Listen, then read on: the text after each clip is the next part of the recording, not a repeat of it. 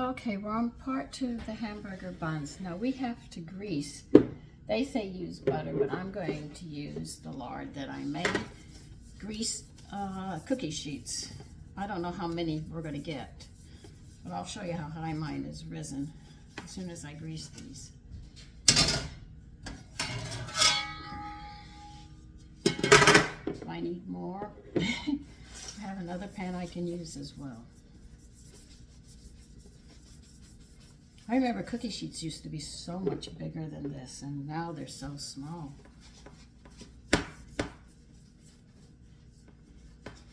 See, when you have all that time, and you can see how things have changed, which makes it interesting. I'm going to have to read to see what we have to do next and how they want it done. You're going to need a 3-inch cutter. Now, this bread has risen. If I allow it to collapse, it dies. So punch it down with 2 fingers like this. So that takes the air out of it so it won't collapse on its own and die. Okay.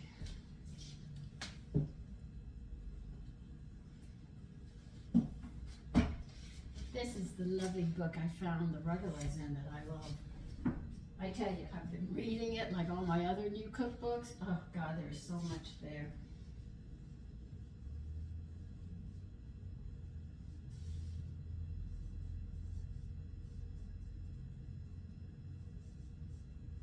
Inch round. Okay. Now they say butter, but I didn't use butter. You're going to need a 3-inch round. We're going to need a ruler. You need a little extra flour.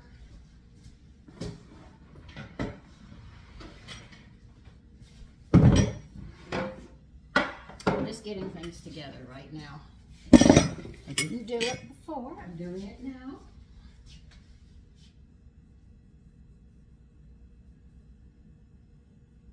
They want approximately 3 inches separating these when we do it. Okay, they want very little flour here. We'll also have to set the oven for what they want us to do too. They said just put a little flour.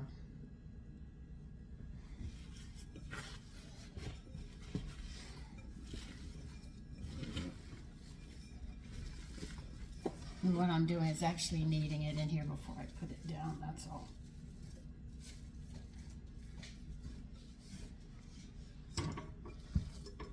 And why did I get a roller?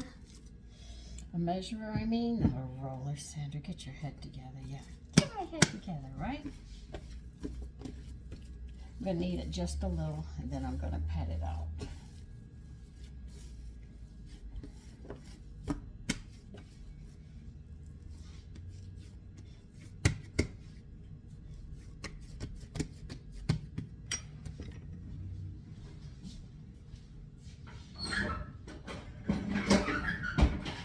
They say it's going to take approximately 2 hours for them to rise.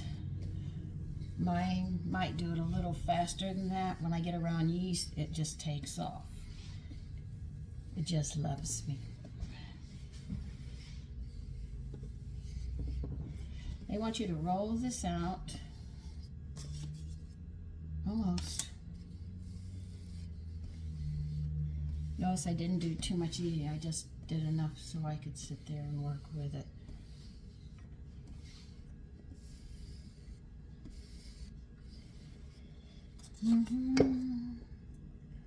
Okay, that's about. Now we're going to cut out, get some flour because you're going to tap this into the flour before you use it. Other than that, it sticks. That's why you don't want to do it. You're going to cut them out.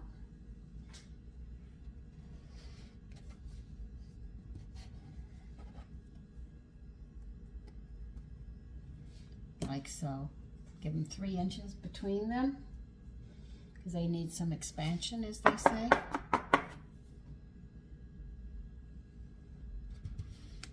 Now when you roll it out, it's about a 1/2 inch.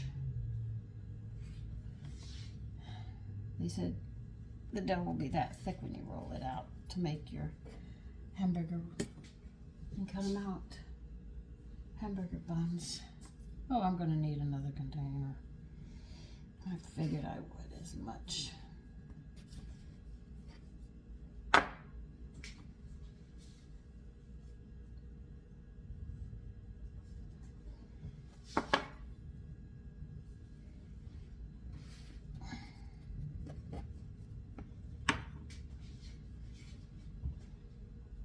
And as I'm cutting them out, they're growing.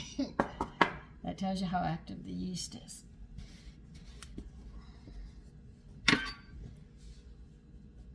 Now they said they're going to expand some, so I expect that as well.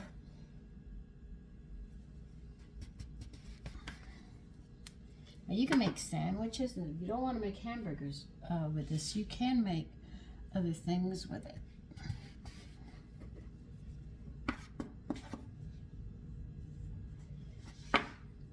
Now, I'm not going to depend upon their time of 2 hours rising. So it looks like it's already rising, so I know it's going to move quickly for me. But I'll tell you how to set your oven so it's set for you. First, let me get all these cut out. All right, you're going to knead all this together.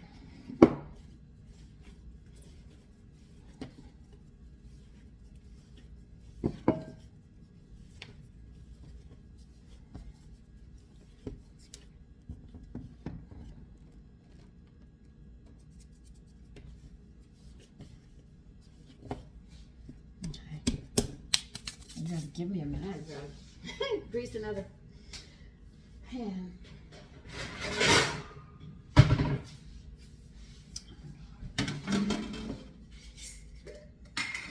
thought I was gonna have to do this.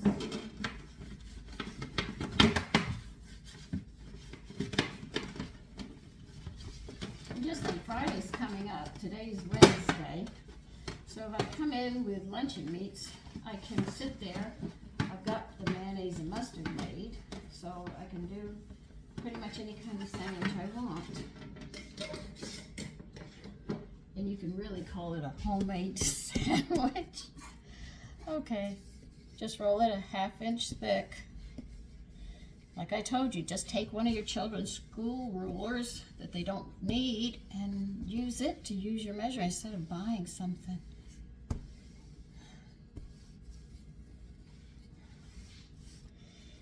I remember one time I didn't even have a cookie cutter for my biscuits, so I sat there and used a tomato paste can. I opened both ends and I cleaned it out, and that's what I used, because that's what I needed. You just have to use what you can get your hands on, you know. That's why my husband saw me struggle, and in my struggling, he did that. And I saw that he needed things. I would do whatever I could as well. We helped each other.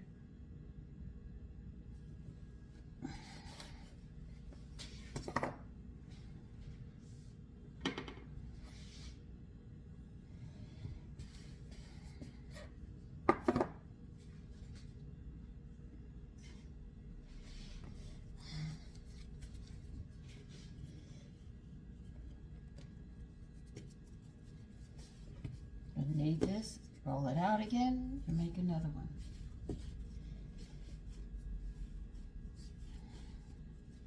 So I've got 6, 12, 13, 14. I'm going to have 15 or 16 of them.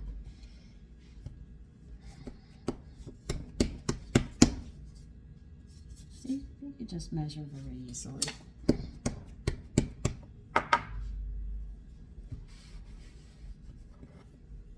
Isn't that easy?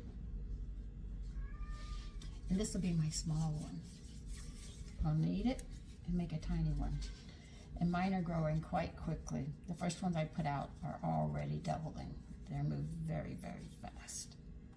And this will be a nice small one. That's it. Done.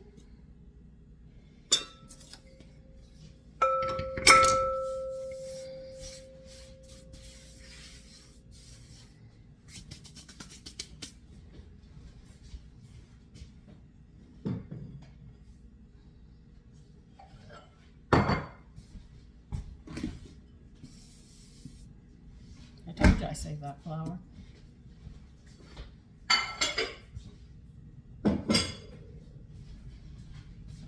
Okay.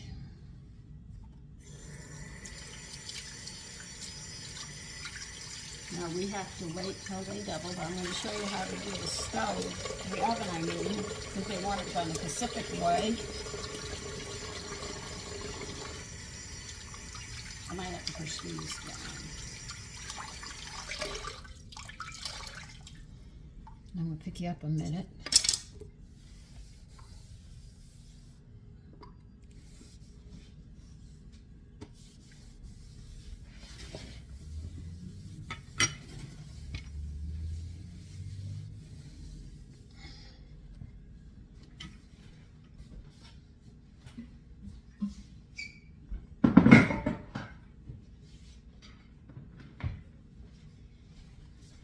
Okay.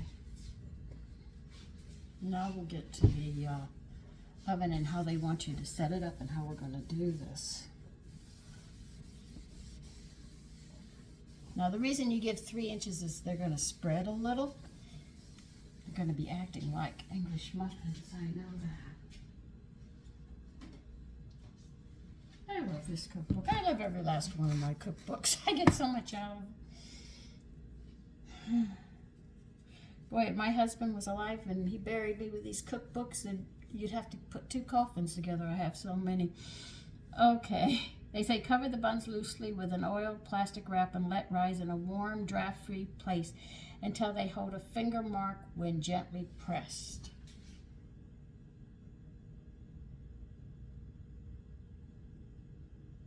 Mine are almost there.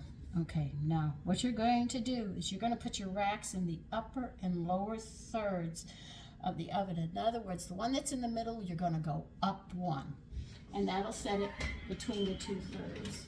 Mine's already there, so I don't have to worry. Then you're going to sit there. You know, it's going to get hot in here. These things are going to run like crazy. Now, they say they're going to rise for an hour and a half to 2 hours. Mine looks like it's not going to do that. It's going to run before it's time. I'll just put a towel over mine. I know what they're going to do. And why do mine do this? I have a personal understanding with the yeast.